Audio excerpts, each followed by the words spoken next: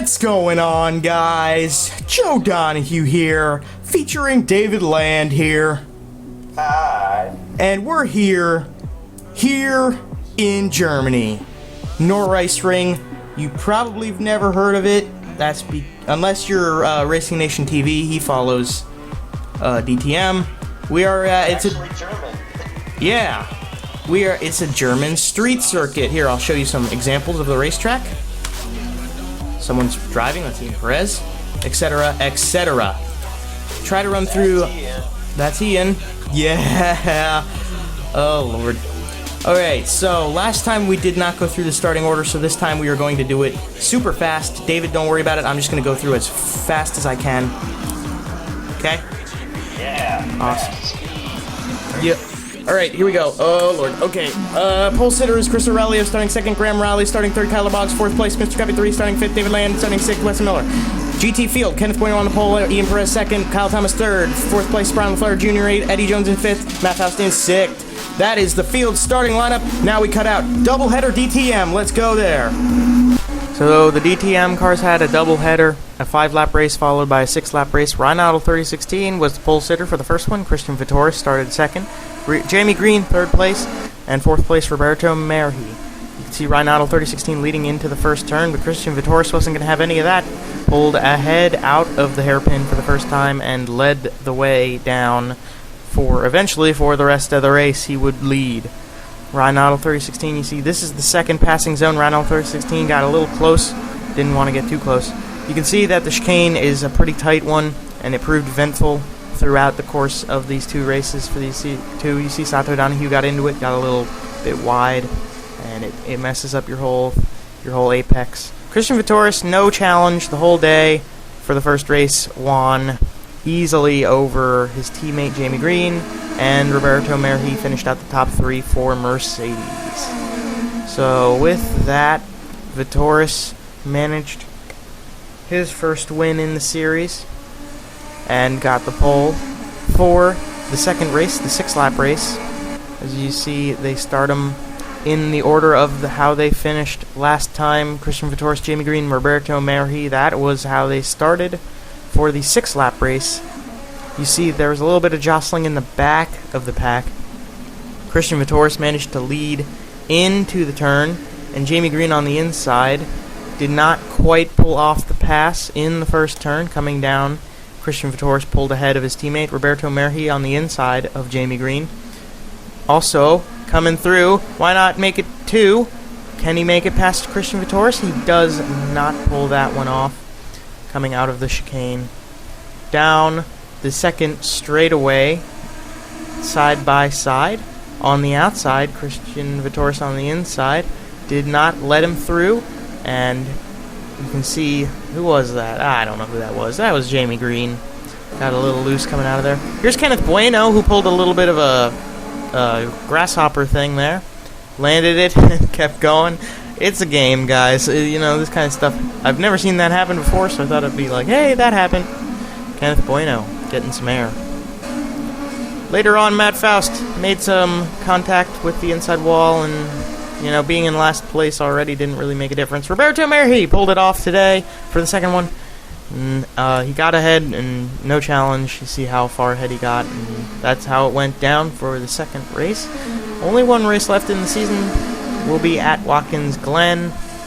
The points battle has tightened due to the misfortune of the BMWs in the past few races. That concludes this. Back to clean coal. Ladies and gentlemen, I am sitting here in awe at what I just did, but that doesn't matter anymore because we are about to go green flag racing. We have a 15-lap race for these 12 cars here at the Nordreichsring. Let's see what happens.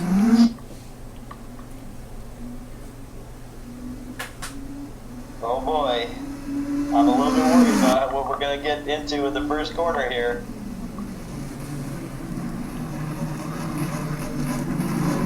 Chris Aurelio made it clean.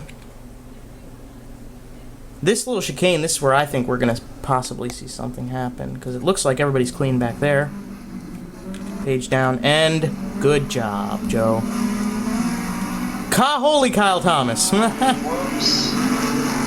Little fast. Here, but David Land got a a great start. He got by both of the Toyotas here, and now chasing down the Audi and the Porsche at the front. Yes, Chris Aurelio is leading. He's in front of his teammate for the first time in forever, which is a good thing for him. And a good thing for everybody who doesn't want David Land to win 5 in a row, which is pretty much everybody except for David Land. This is kind of like F1 in that Chris Aurelio is the Rosberg to my Hamilton, I think. Yeah. Or a better one would be Weber and... Get really squirrely coming out of the first corner there. Almost got into the Armco on the outside. Yes. They are... Badass having a little bit of trouble handling these LMP1 prototypes. Yes. And now... Oh, we've got a Toyota coming back on David Land to the inside. You gotta be careful. Little argy-bargy. You gotta be careful, Graham Riley. Land holds position over Riley. You gotta be careful, Graham Riley. You can get up on those curbs and you're flipping upside down, which is crazy because you're going like 20 miles an hour. But ooh, Graham Riley didn't like that. He was going on David there. Ooh. Oh, he went wide, and Weston's gonna capitalize. Yeah, it looks like the exit of the first chicane. What am I talking about? The first hairpin there is pretty treacherous. If you get too far wide, you're gonna go sliding. Yes, indeed. Checking on Chris Aurelio here. We've probably completed 3 laps almost. This track is like a mile long. And these cars, you know, how fast is Chris Aurelio going? 150 down the front straightaway? For a mile long track? Yeah. We're kind of flying. It's Europe's answer to the bull rings of the United States. Very much so. And that's why we're here. Davis, baby, or it's Norris ring, baby. It is Norris ring. Oh my god, how is Ian Perez still leading? Here, let's check in. Ian Perez is leading the way in GT. Matt Faust and Kenneth Bueno are getting a little tired of it. They want to get ahead. Matt Faust might capitalize here. Nope. Why isn't anybody passing each other? Well, I guess you don't really... You gotta be careful on a road course when it comes to passing. This track, of course, is designed for GT cars, so maybe these guys are having a little nicer time driving this track than those guys in the prototypes. Probably feels like flying a jet fighter in a gymnasium for the prototype guys, to use an Eddie Cheever quote there. I bet it does. Yeah, this track is set up for DTM, which are much more like a GT car. Yeah. Yeah, David Land had a good thing right there that he stole from Cheever. Cheever. Let's not talk about Eddie Cheever right now, because, yeah. There was a point in this championship where your points leader was Brian LaFleur Jr. in GT, but after the performances he's had recently, that's not the case anymore. Where's the thing? I don't know. I think Kyle Thomas is leading the championship, which would be surprising because he's only won one race.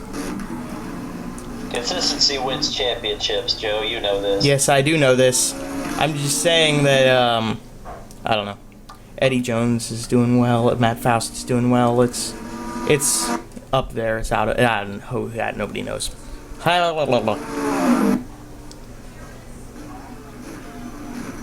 The two German... I just realized that these are the two German manufacturers, and we're in Germany. Well, you've always got to perform in your home race, and for manufacturers, that's like 10 times 10, because you've got all your shareholders, you've got all the people who build your cars, all the people who work in the offices. It's very, very important for an auto manufacturer to win in their home country, especially when you're talking a world championship. Very true. Let's check in.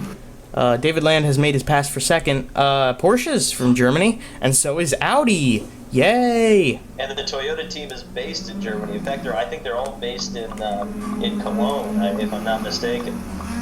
All 3 of these works teams are based right next door, probably, to this circuit. quite possibly. Not really sure where Nordreisring is in Germany. But that's okay. It's in the town of Norris. Yeah. Hey, you know what? If the drivers knew how to get there, that's good enough for me. Right? That's good enough for a race. If they can get there. So let's check in. Oh, David Land made pass for the lead. Wow.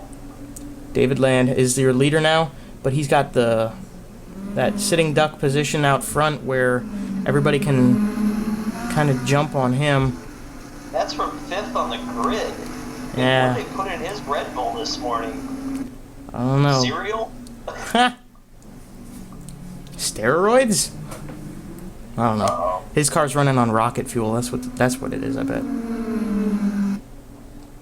Except Chris Aurelio's got that draft and he's holding his position on David Land here. He probably just wants to sit back and let David lead the race for a little bit. You know, it is some... Oh, we're touch him a little bit there in the back. Contact. Oh, lapped traffic. Ah, Chris Aurelio. There you go. We're catching them, but we are going to have to do pit stops here because tires. I mean, think about it, how fast these guys are going with how small this track is. And it's a street circuit, so it's so abrasive that you're going to wear your tires out more than you would on a normal circuit where, you know, you don't have everyday road traffic the other 364 days of the year. Yeah. Oh, that was a Corvette there. How could you tell? Because it's probably, I think it's the loudest car out on track. Wow, Corvettes. Look at that. Right underneath the rear wing was Chris Aurelio there. They wiggle a little bit off of turn 1, but that's no surprise.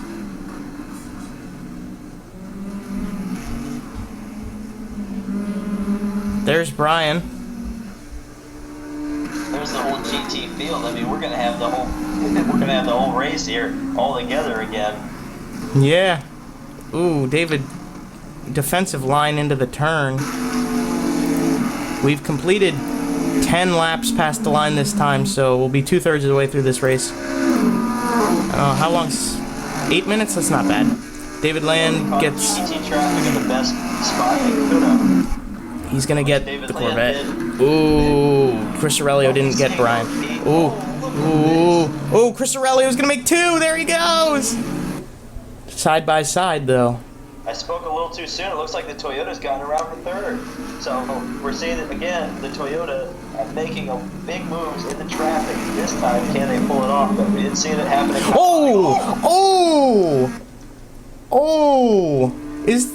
That was a that was a problem. Eddie Jones just didn't get off the corner properly.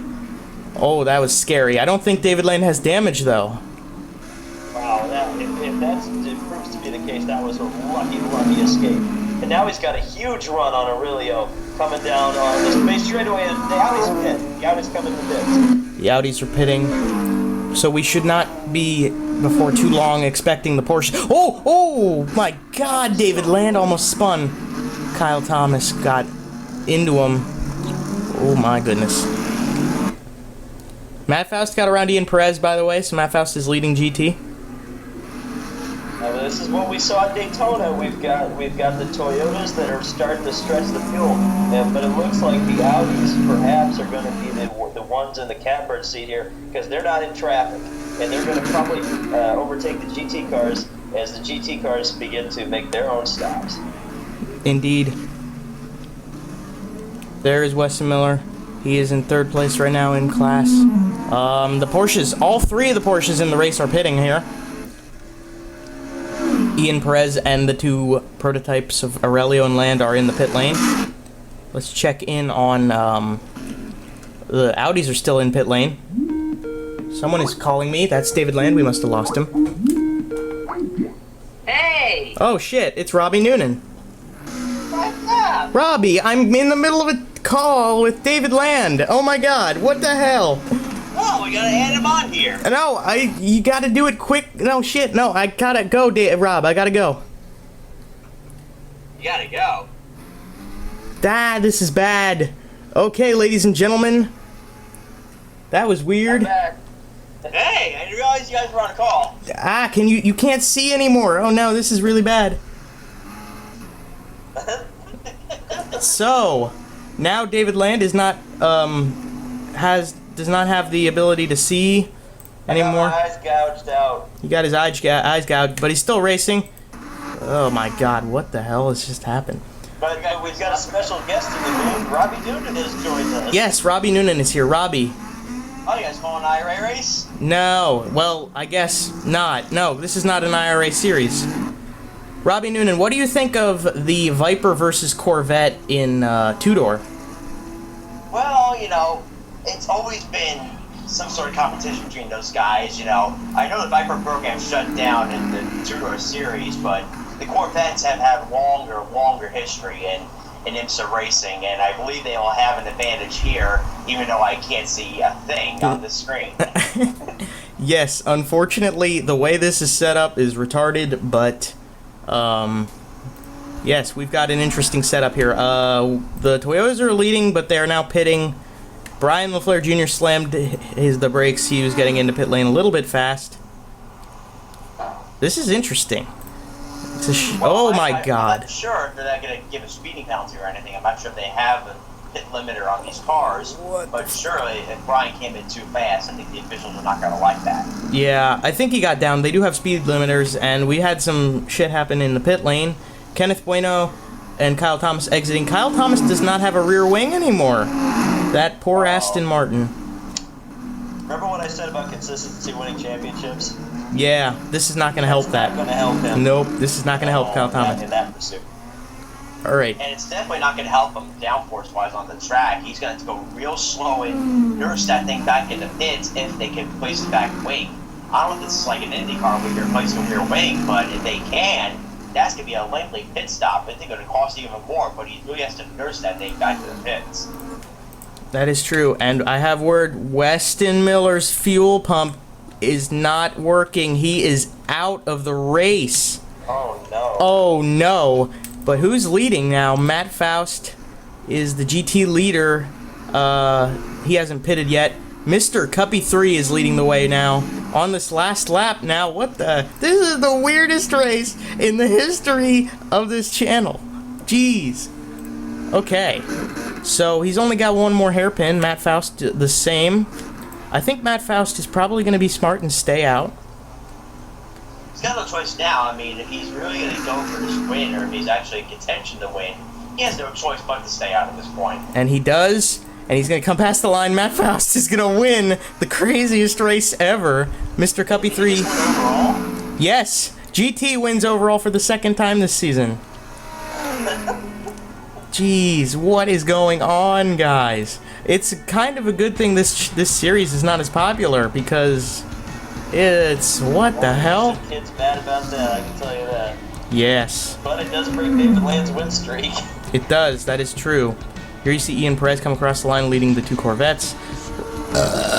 We're gonna cut out so I can kind of regroup. What? This is crazy. Some reviews a little bit later. Okay. Matt Faust has hit some shit right before he was kind of going to victory lane.